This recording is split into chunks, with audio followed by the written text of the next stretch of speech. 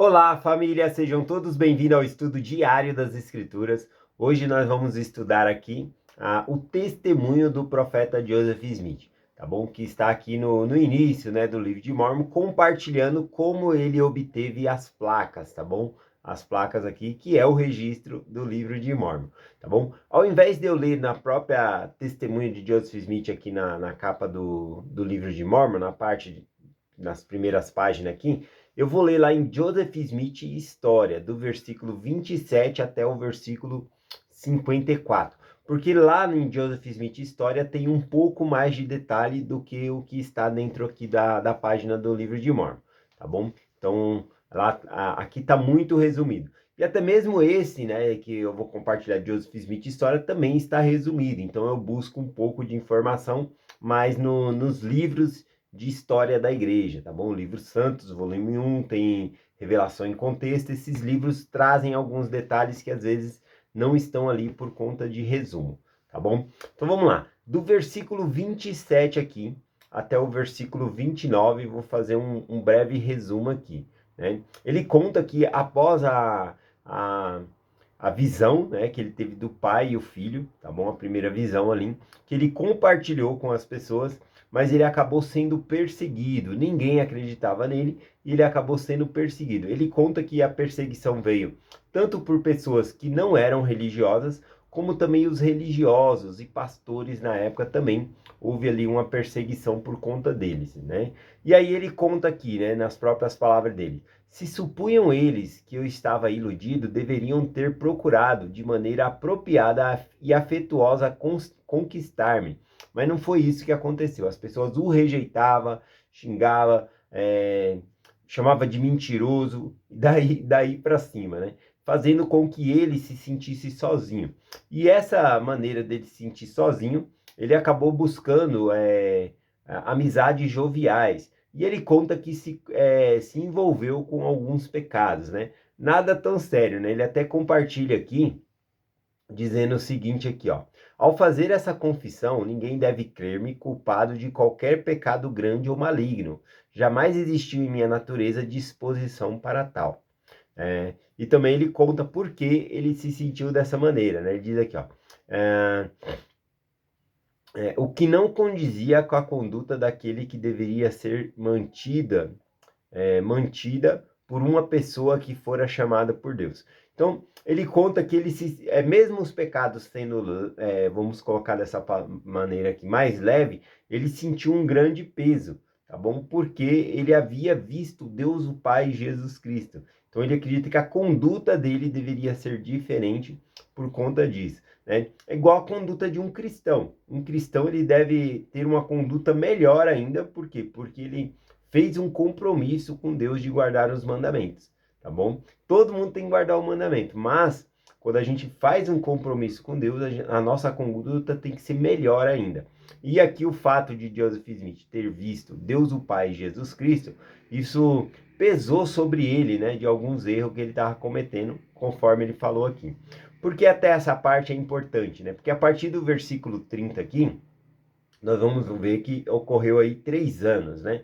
Foi em 1820 que ele viu Deus o Pai e Jesus Cristo, e em 1823, no dia 21 de setembro, né? Aqui fala a data, ele estava em seu quarto e ele ficou pensando, né, o que Deus pensava dele, qual que era a condição dele perante Deus, mediante aos pecados que ele tinha cometido. Então ele se ajoelha ali, né, ao lado da sua cama, e ele começa a fazer uma oração, pedindo a Deus, né, perdão pelos seus pecados. E aí a gente vamos ler aqui a partir do versículo 30, tá bom? Diz assim, ó: enquanto estava assim suplicando a Deus, descobri uma luz surgindo em meu quarto, a qual continuou a aumentar, até o aposento ficar mais iluminado do que o meio-dia. Imediatamente apareceu ao lado de minha cama um personagem em pé, ao ar, pois seus pés não tocavam o solo. Vestia ele uma túnica solta, da mais rara brancura, que era uma brancura que excedia qualquer coisa terrena que eu já vira. Nem acredito que qualquer coisa terrena possa parecer tão extraordinariamente branca e brilhante. Tinha as mãos descobertas e os braços também, um pouco acima dos pulsos. Os pés também estavam descobertos, bem como as pernas, e um pouco acima dos tornozelos. E a cabeça e os pescoços também estavam nus. Verifiquei que não usava outra roupa além dessa túnica, é, pois estava aberta, de modo que lhe podia ver o peito. Não somente a sua túnica era muito branca, mas toda a sua pessoa era indescritivelmente gloriosa e seu semblante era verdadeiramente como relâmpago. O quarto estava muito claro, mas não tão iluminado como ao redor do personagem. No momento em que o vi, tive medo, mas logo o medo desapareceu. Bom, alguns comentários aqui, né? A gente vê que Joseph Smith ele descreve como era a aparência desse personagem em detalhes aqui, né? Algo muito interessante que na época de Joseph Smith, de acordo com as declarações da Bíblia, falava muito de anjo com asas. E a maneira de descrever dentro da Bíblia anjo com asa é uma maneira simbólica, né? Que significa movimentação, liberdade. Mas um anjo, na verdade, ele não tem asa, tá bom? E veja que ao descrever, né, esse personagem, ele não coloca ali asas, né? Então, ele está sendo muito fiel ao que ele acreditava. Se o conceito na época era que anjo tinha asa, né, se Joseph Smith estivesse inventando essa história, propriamente dito, ele colocaria asa nos anjos ali, nesse anjo também para descrevê-lo. Mas isso não ocorre. Aqui também cita, né, que no começo ele teve medo, né? Mas depois logo o medo desapareceu. O medo, ele vem, né, quando nós entramos na presença, né, de um ser celestial, principalmente por conta dos nossos pecados. Adão e Eva tiveram medo, né, se esconderam, né, no jardim quando ouviram a voz do Senhor. A gente vê também em Êxodo, capítulo 3, versículo 6, né, que Moisés, quando ele vê o Senhor na sarça ardente, ele cobriu o rosto, né, ele ficou com medo, né, então isso ocorre, né? Que nem Isaías capítulo 6, versículo 5. Quando Isaías vê, ele tem uma visão e ele vê Deus em seu trono, ele fala: ai de mim, porque eu sou um homem de lábios impuros e meus olhos viram um rei. Eu habito no meio de um povo de lábios impuros. E ele está com medo por conta disso. Até que um anjo vem, né, e toca na boca dele e purga, né, os pecados dele ali com uma brasa viva, né, simbolizando ali também o Espírito Santo purgando os pecados ali, retirando, purificando, na verdade. Então, após isso, ele se sente à vontade na presença de Deus. Então, o pecado faz com que a pessoa tenha medo. Claro que a cena, né, de ver um anjo no quarto ali foi muito assombroso. Então, no início, ele teve medo, tá bom? Então, continuando aqui, vamos lá, o versículo 33 aqui em diante. Chamou-me pelo nome e disse que o mensageiro, que era um mensageiro enviado da presença de Deus, e que seu nome era Moroni, e que Deus tinha uma obra a ser executada por mim. Bom, até esse dado momento, quando Joseph Smith estava orando, né, ele não pensava que ele ia receber registros, né, ou que ele ia traduzir as placas, tá bom? Ou coisa assim. Mas esse anjo Moroni aparece a ele, então, e compartilha com ele que Deus tinha uma obra a fazer por meio dele ali. Ele coloca aqui: e que meu nome seria considerado bom e mau entre todas as nações, tribos e língua, e que entre todos os povos se falariam bem e mal do meu nome, né? Isso é verdade, né? Você vai olhar na internet aí, tem vários pregadores que vão falar mal de Joseph Smith, então o nome dele é conhecido, e seria falado entre bem e mal sobre o nome dele. Algo fantástico, né? Um menininho no campo lá, né? Joseph Smith na fazenda, praticamente uma pessoa sem importância, e o mundo conheceria o nome dele, e é o que se fala hoje, né? Bem ou mal do nome dele aqui. Disse-me que havia um livro escondido, escrito em placas de ouro, que continha um relato antigo dos habitantes desse continente, assim como a sua origem e procedência. Disse também que o livro continha a plenitude do Evangelho eterno, tal como fora entregue pelo Salvador aos antigos habitantes. Disse também que havia duas pedras em aro de prata, e essas pedras, presas a um peitoral, constituíam o que era chamado Urim e Tumim, depositado com as placas, e que após o uso dessas pedras, era que o que constituía os videntes nos tempos antigos, e que Deus as tinha preparado para serem usadas na tradução do livro. Bom, até o dado momento aqui, Joseph Smith pensou que ele obteria essas placas e daria para alguém traduzir, né? Ele não pensou que ele mesmo teria que traduzir essas placas aqui. A gente vai falar mais um pouquinho sobre isso, talvez ainda essa semana aqui. Continuando, versículo 36. Depois de me dizer essas coisas, começou a citar as profecias do Velho Testamento. Primeiro citou parte do 3º capítulo de Malaquias e citou também o 4º e o último capítulo da mesma profecia, embora com pequenas variações do modo que aparece na Bíblia. Em vez de citar o primeiro versículo conforme está escrito no livro, citou-o assim. Então ele fala de algumas variações. O anjo Moroni, né, ele não estava com nenhum registro ali, a Bíblia na mão, mas ele cita, né, as passagens de escritura. Ele não somente cita essas escrituras, mas também explica para ele o significado desses versículos, tá bom? Que ele compartilha aqui. Então, primeiro ele compartilhou aqui Malaquias, né? E aqui também Malaquias 4, né? E aí ele cita esse versículo da seguinte maneira aqui. Porque eis que vem o dia em que arderá como fornalha todos os soberbos, sim, todos os que cometem impiedade. Queimarão como palha, aqueles que hão de vir os abrasarão, diz o Senhor dos Exércitos, de sorte que não lhe deixarão nem raiz, nem ramo.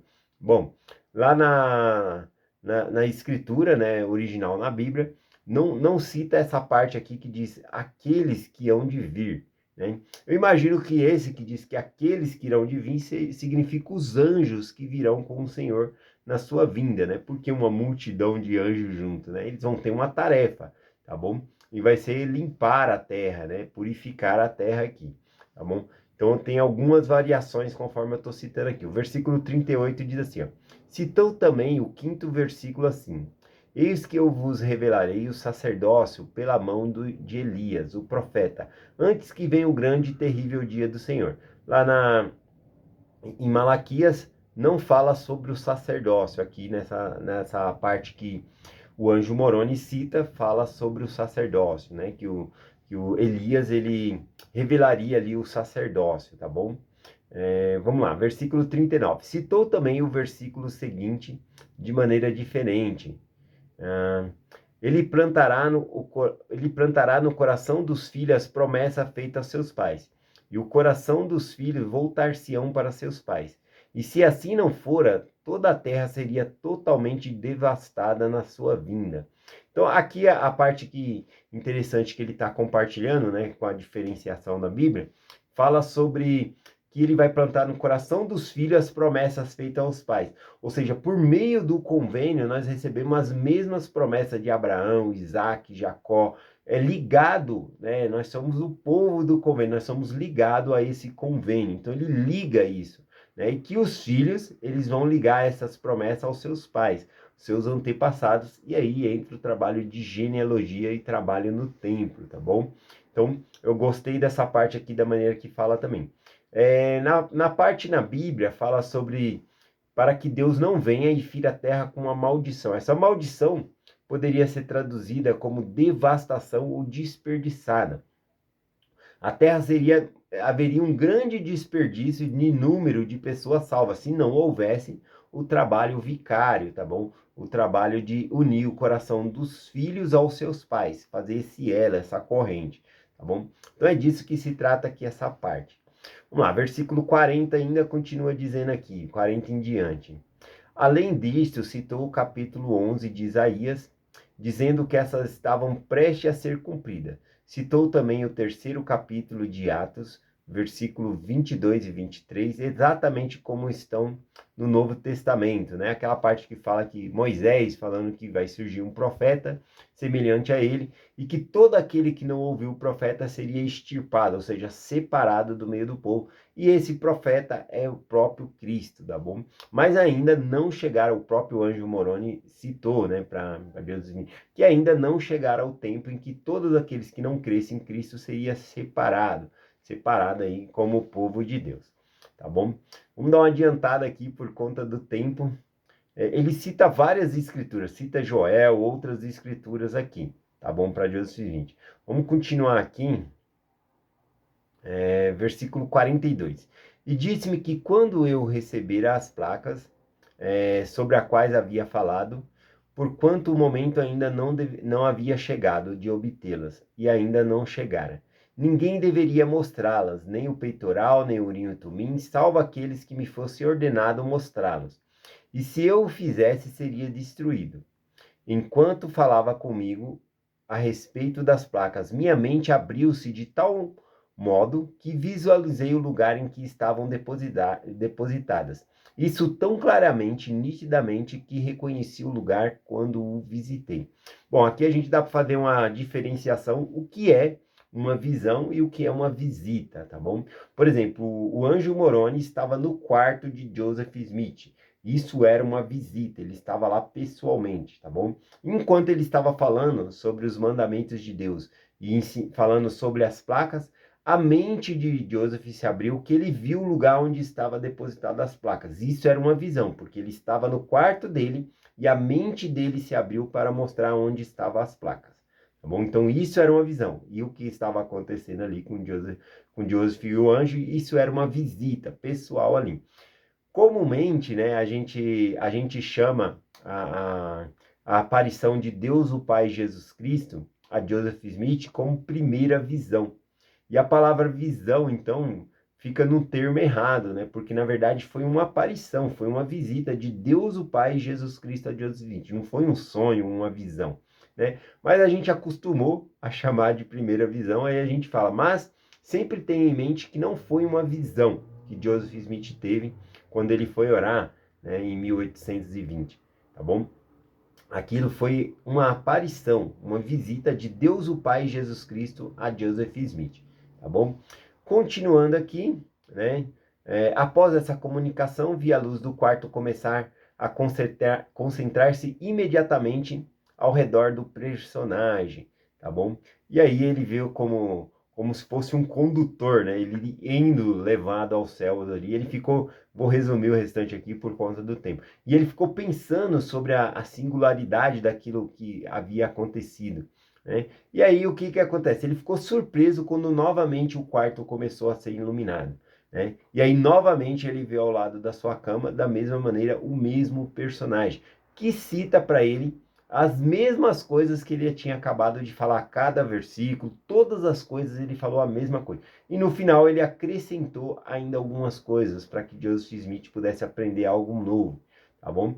E aí novamente, após essa segunda aparição aqui, ele vai embora e novamente a terceira vez esse anjo volta, tá bom? E ele vai e relata todas as coisas que ele havia compartilhado antes, no mínimo detalhe, sem nenhuma variação. E no final ele ainda fala para Joseph, né, que ele deveria falar para o pai dele o acontecido, tá bom? E que ele compartilha coisas a mais ali para Joseph Smith, tá bom? E aí, então, a terceira vez ele sobe aos céus, né? E aí, logo após ele subir aos céus, o galo cantou. Então, Joseph viu que o dia estava amanhecendo, que já era hora de ir trabalhar.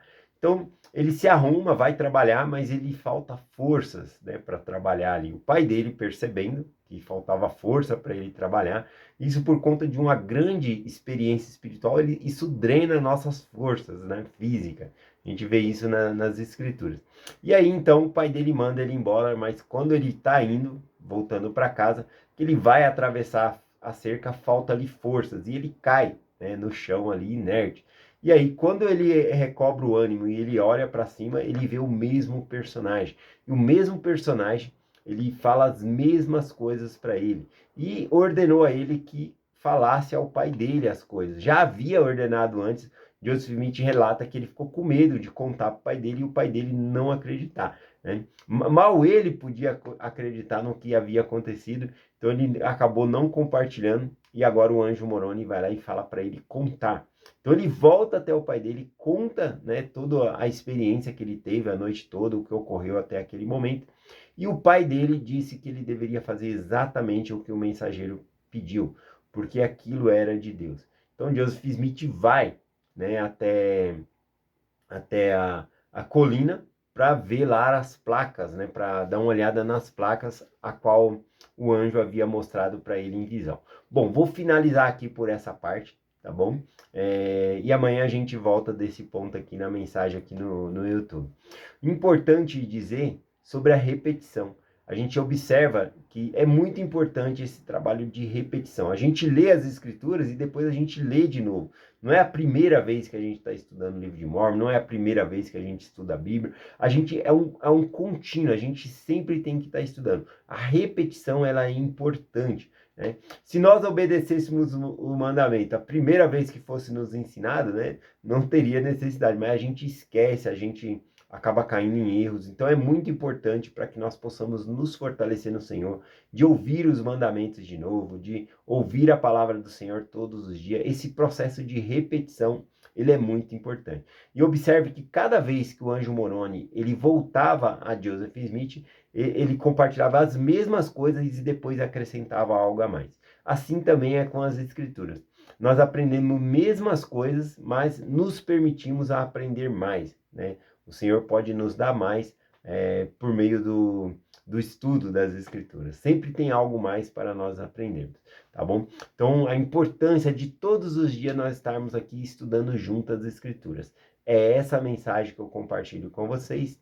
Em nome de Jesus Cristo. Amém. Até amanhã.